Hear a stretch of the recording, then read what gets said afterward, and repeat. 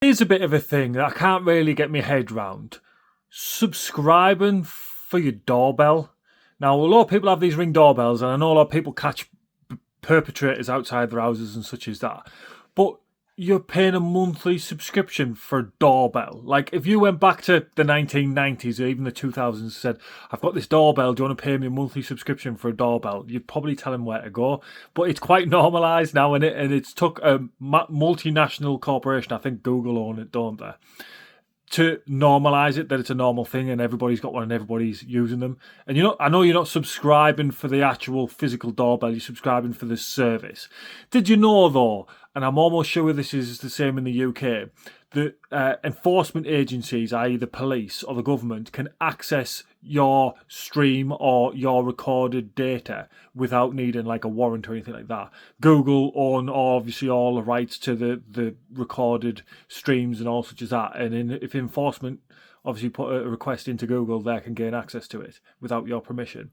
But you didn't know that, did you? Another thing that's kind of quite prevalent at the minute, which I think is absolutely insane, are robots. Like, do we really need a robot in our house? Like, we've got the little hoovers that go around and hoover the floor and things such as that. I just don't feel like I'd need a robot walking around in my house, or that I'd want a robot walking around in my house.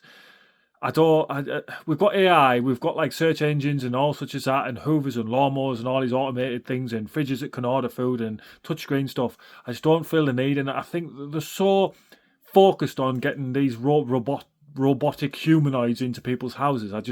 I honestly don't see the need for them or the want for it. I think the thing that you need is your brain to be expedited, your intelligence, not your intelligence, but your thinking capacity to be expedited to AI, so you don't have to do the medial tasks of looking at policies and signing contracts and looking at your accounts and your mortgages and doing research and looking into bits and bobs and all that. The physicalities around the home, unless you're disabled, I think on a mass scale, I don't think it's going to be adopted. It's a bit like the metaverse and VR headsets and all things like that. Tech thought they were a brilliant idea and everybody was going to integrate it into their lives. And they just haven't. And I think it's the same with robotics. Probably in like production, in manufacturing lines, in picking stuff off the shelves for distribution warehouses and things like that. Yeah, but you don't need it to be humanoid. You just need it to have wheels and to have some kind of lifting capacity. I just think it's a bit of a like high pie in the sky that everybody's going to have a robot in their house.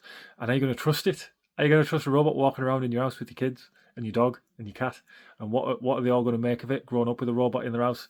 I mean, growing up with tech alone has changed over the last 20, 30 years, but that's a step above, isn't it?